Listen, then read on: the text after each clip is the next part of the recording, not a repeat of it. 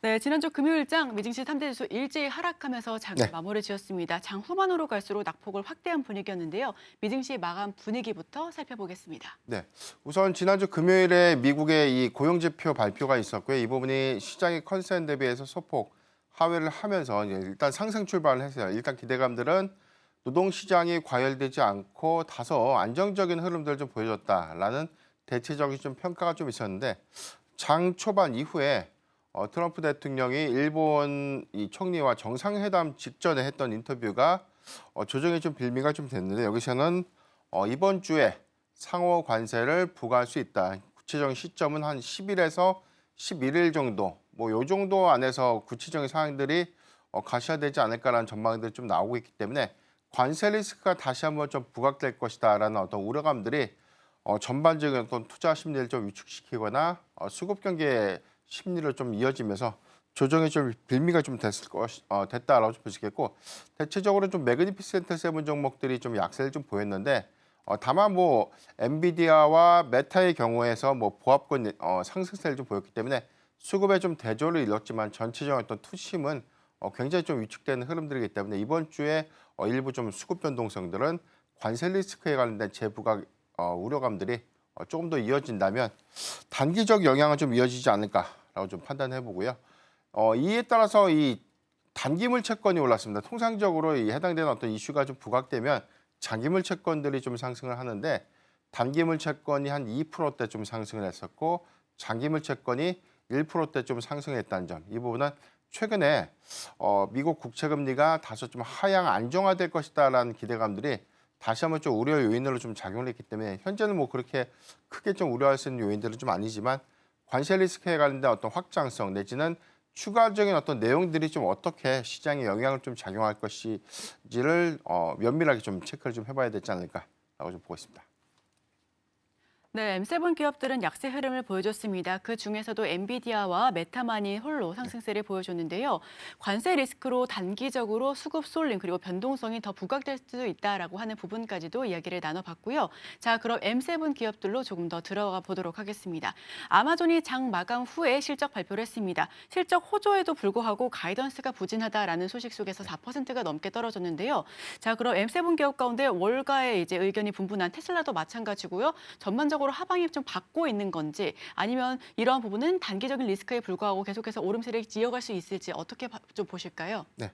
일단 아마존이 한 4% 하락하게 된 배경, 여기서 우리가 최근에 실적을 발표했던 클라우드 서비스 3사, 마이크로소프트, 그다음에 알파벳, 아마존이 실적 발표를 했었는데 전체적으로 실적은 좀 양호했어요. 그런데 세부적인 내용, 특히나 이 클라우드 서비스 부분이 지난 3분기 대비해서 4분기를 넘어오는 과정에서 성장세의 둔화가 좀 확인됐다는 그런 우려감도 좀 일부 있었고 아마존의 경우에는 최근에 이 시장의 점유율들을 좀 더 확장시키는 관점에서 긍정적인 실적의 일부 좀 기대 요인들이 좀 있었는데 일단 기대 매출이 시장 전망치보다 소폭 좀 하회했던 점이 조정이 좀 빌미가 됐고요. 다만 이제 세부적인 데이터를 좀 보면 지금 캐펙스 관련된 이 투자 지출 부분을 보수적으로 좀 가져가는 것이 아니라 오히려 현행 유지 내지는 확장 유지 관점에서는 그나마 좀 안도할 수 있는 요건이 아닌가라고 좀 볼 수 있는데 마이크로소프트라든가 알파벳이 실적 발표 이후에 컨퍼런스 콜에서 언급했던 자본적 지출 규모를 축소하지 않고 현행 유지를 한다든가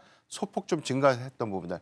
메타의 경우에는 2024년도 대비 한 60% 정도 좀 증가된 수치를 올해 안에도 좀 투자를 좀 이어가겠다라는 긍정적인 기대감들이 있었기 때문에 아마존도 동일한 어떤 기조가 좀 이어졌다는 측면에서는 4분기 일부 좀 둔화세는 좀 있었지만 전반적인 성과, 특히나 2023년에서 2024년도로 좀 넘어오는 성장세는 면밀하게 좀 확인이 됐다라고 좀 느끼고 우리가 너무나 좀 높아진 기대치, 특히나 점유율이라든가 서비스 관련된 어떤 판매 연동 숫자가 다소 3분기 대비 좀 위축된 것이 좀 맞는데 이 부분을 뭐 피크아웃이라고 좀 논하기에는 좀 다소 애매한 구간이기 때문에 저는 뭐 충분히 1분기 그리고 2분기에는 매출의 신장 요건 내지는 성장에 뭐 이견은 없겠다라고 좀 판단되고 있습니다.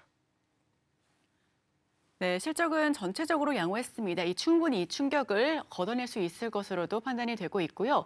자, 그렇다면 엔비디아는 딥시크의 우려를 모두 덜어냈다고 봐도 무방할까요? 네, 일단 뭐 딥시크의 경우에는 사실 이게 처음에 출시될 때까지만 하더라도 전체적으로 이 저비용 AI 모델이 출시됨에 따라서 오히려 빅테크 기업들이 투자 규모를 축소할 수 있다. 이제 크게 뭐 우리가 생각을 해보면 고사양 칩을 더 많이 사기보다는 중저사양 칩을 통해서 개발이 더 많이 이루어질 수도 있겠다라는 우려감들이 좀 작용을 했었고, 이 부분은 사실 우리가 마이크로소프트 그리고 알파벳, 아마존으로 좀 이어졌던 클라우드 3사의 캐펙스에 관련된 변동 요건들이 이번에 축소 내지는 뭐 보수적 관점이 아니라 현행대로 유지하거나 오히려 좀 확대된다는 관점에서 그런 우려 요인들이 좀 일부 좀 쇠퇴됐다는 점. 그다음에 두 번째는 주요국들이 중국을 좀 제외한 주요국들이 딥시크에 관련된 어떤 도입이라든가 해당이 되는 어떤 서비스 부분들을 좀 현재 좀 차단하고 있죠. 이 부분은 뭐 보안에 관련된 이슈도 좀 있었지만